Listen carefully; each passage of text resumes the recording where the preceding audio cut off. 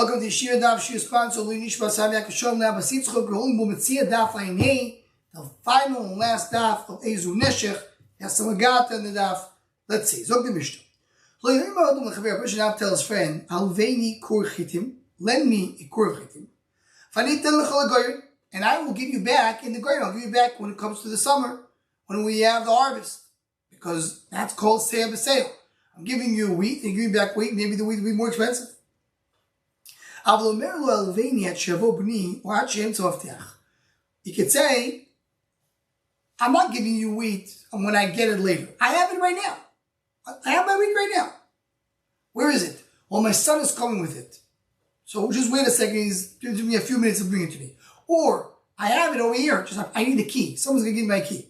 So it's over here. I just don't have it. In other words, I have already I own the wheat. I just don't have it readily available right now. So it's fine. Hillel says, no, it needs to be mamish. You can't do it even in that case. A woman should not give bread to her friend.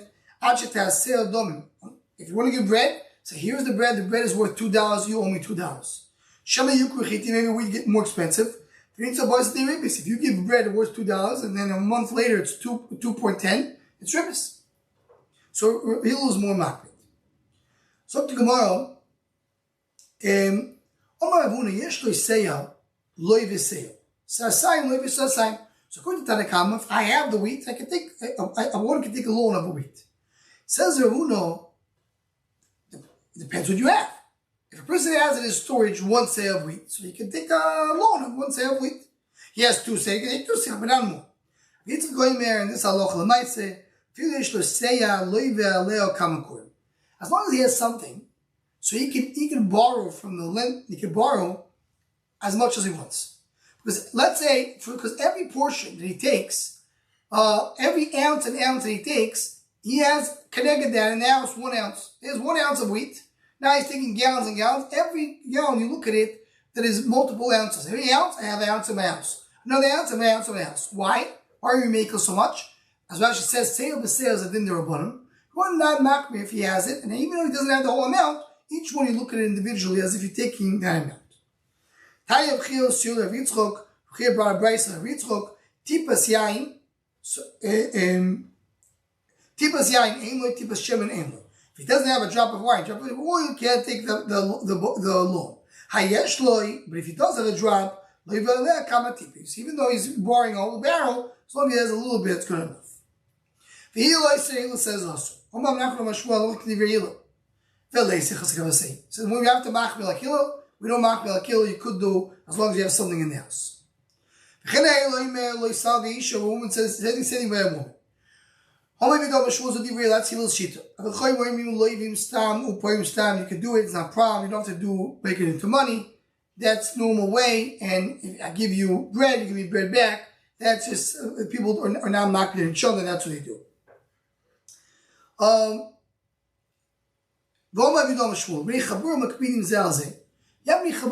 very careful with each other. They're very careful for everything. Now, whatever they give to each other, they're so makbid. You gave me 2 apples, here's 2 apples. You gave me 1 pound, 1 pound. They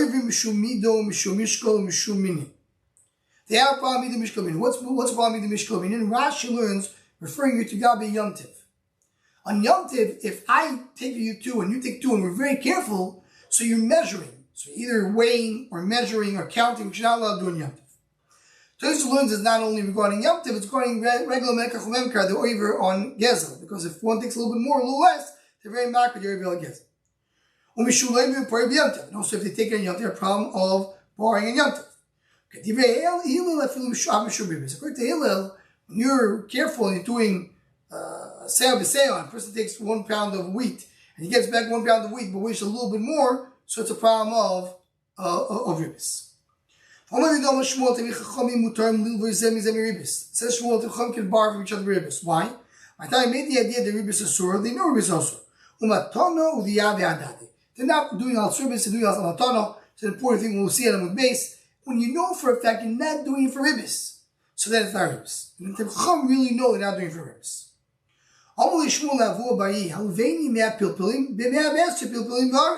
Shmuel told his Abu Bari, give me 100 pilpulim and I'll give you back 120 and it's fine because we know we're not doing for ribbis. It's 100 for 120 is a gift. Person can lend his children ribbis because it's not really a loan, it really belongs to the father, everything. But he wants to educate the kids and tell them, you should know, look what happens, you take ribbis, it's really, really painful. You'll say, they won't do that, they will come to learn from it to do ribbis. You don't want to take a risk of people chas v'shalom doing ribbis. Says the Mishnah, come, nakesh, right, is taking off, weeding, taking off the weeds. I'll do with you, you'll do with me. It's considered to be that I'm giving you back the same value. We'll plow, you'll plow with me, I'll plow with you. But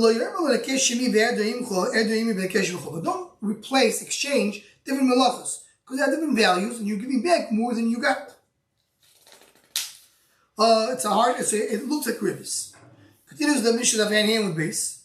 Kol yimei grid echad, kol yimei reviu achas. Yimei grid is the dry time, we call it the summertime. Reviu is the wet time, the winter time. Don't tell him, you'll plow with me in the dry time, I'll plow with you in the winter time. Because the winter time can be more harder to do and it's more expensive. So you're getting more for your value. Continues the minute. But in the same summer, that's our problem. If you'll do the beginning of the summer, you'll do it in the end of the summer, that's okay. This ribbis can be before the loan. This ribbis can be after the loan. Ketzah. Some ain't of little voice himenu. He has a mind to borrow. And he sends him a gift. He says, Roberto, here is a nice shlach manos, token of appreciation for the loan that you'll give me next week. So say ribbis mukdamis, he's giving you ribbis on the loan. Person borrowed money, he returned the loan. Now he sends him a gift.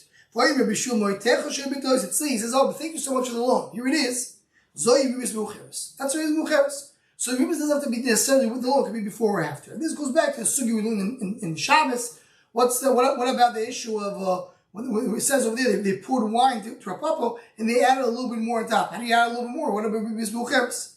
But we saw in the Mudal Chachamim Moicha. So if you have a full mechilo, it's clear in our ribbis, it's okay. Ribbis dvarim is also a problem. Ribbis means with talk, with words. You should not tell him that. You should know. Ki bo ish planing mocha planing. He says, oh, by the way, I'm giving you information that's good for you because you're adding in value. Now, this brings up to an interesting discussion. The price keep. Can a person say thank you? Can I borrow money? Say, oh, thank you for it. It's not ribbis dvarim. Shulzaman held as a discussion. Shulzaman, he changed his mind that maybe thank you is a problem. Can you say tiskin lemitzvahs? It's not a ribbis dvarim. Many of the places can agree that thank you today is just a normal way of talking. It's not considered to be that you're giving him something more. The Lord says, here are the ones that are involved in loans that if you take ribbis, you're very says. Hamalvi, the lender. Va'aloiv, the borrower.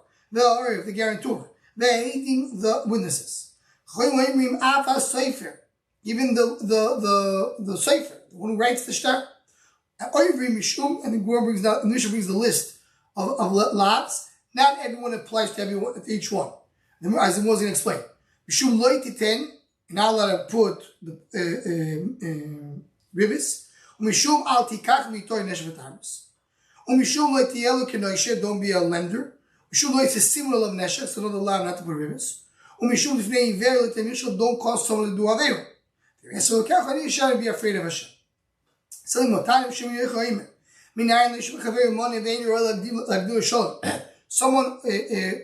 lends someone money, he never says hello to him. So you can't come and say hello to him. It's not a normal thing to do.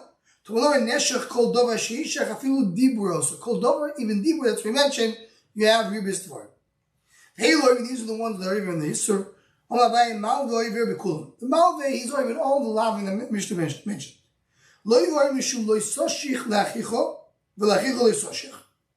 Two psukim. You're not allowed to pay back your ribbis, as I said before. Also, he's causing the malva to Avir. They're just causing the simun, which is that they are evaluating the loan. So he says sometimes because let's say nobody else is willing to be a witness except them. So they're causing the loan to happen. So they're even living as well.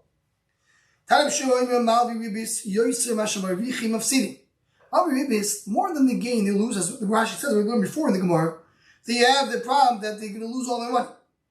Not only that, they make Moshe Rabbeinu smart and his Torah emes. So Moshe Rabbeinu would know this thing, he wants to write it. So Rashi says, it's like, oh, they make Moshe Rabbeinu smart, meaning not really smart. Like, come on, Moshe Rabbeinu, don't you understand this is the way of doing business? That's the problem. The Chazaseva says, the Pshat is, that they're saying Moshe Rabbeinu Chacham. You know what I mean, Chacham? He wrote this story on his own. It wasn't Hashem.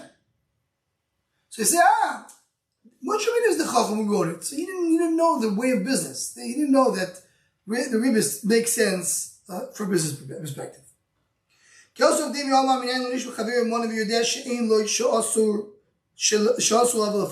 who lends money to somebody else, and he knows he can't pay him. He's not allowed to pass in front of him. He can be a lender. Person goes and he's like pressing the borrower as if he made two judges at him. You have a man on top of us. Someone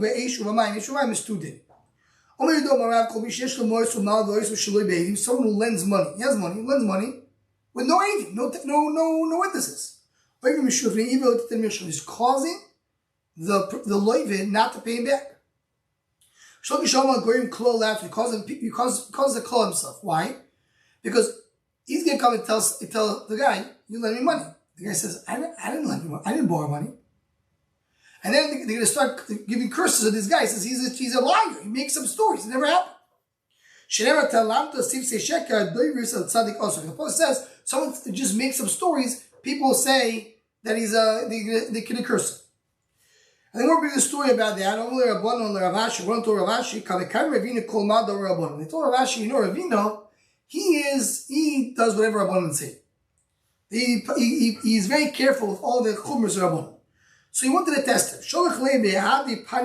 Right before Shabbos, he said to him, can you please lend me 10 zuz? I found something, I have a land I want to buy, and it's a deal. If I don't do the deal right now, I'll lose it. Please lend me money.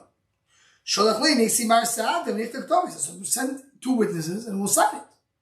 And it was Erev Shabbos, there's no time. I feel you're so mad even on me. Of course you're linked to learning and you forget about it. They're going to close that. When I do close, in other words, Ravina was following Rabbanah's chumrah to be very careful not to do loans with no aiding. Very important. You write an aiding, you write a star, that's what you have to do. This is what Rashi says that it's their fault. 3 people that go into trouble, they're not going to be answered because you caused it to yourself. Who are the 3? Someone who lends money with no aiding. Your fault. Why didn't they have aiding? Someone who buys a master for himself, he wasn't explain what it means. Someone who allows his wife to control him. This heavy Ashkenazi person today. So it's his fault. What's the second case? Meaning he comes, everybody in prison comes and says, whoa, you have so much money, can you lend me? It's not mine, it belongs to Joe. It's not mine, it belongs to Joe. Eventually Joe comes and says, you said it belongs to me. So it's your fault. He gives his children his properties when he's alive, and the children take it, and he doesn't have money. So this is a very important message. Someone who has bad mazel in one place. Things don't work out. Business, health, parnasa, gesund, whatever, nachas. Move to another place. He should go and do his effort to go to a different place And this will be ma'arich a little bit more in this. We're bringing the Sefer Hasidim, and the Shor Machshava Ladab Be'ez Hashem will be talking about it. Sefer Hasidim says the obligation of a person to go and try a new place in order to change his mazel. But with this, we finish this parak. Hadra Allah Chezu Neshech, Hadra Chezu Neshech, the parak of Hilchos Ribis, such a deep and long and important parak. Have a wonderful day.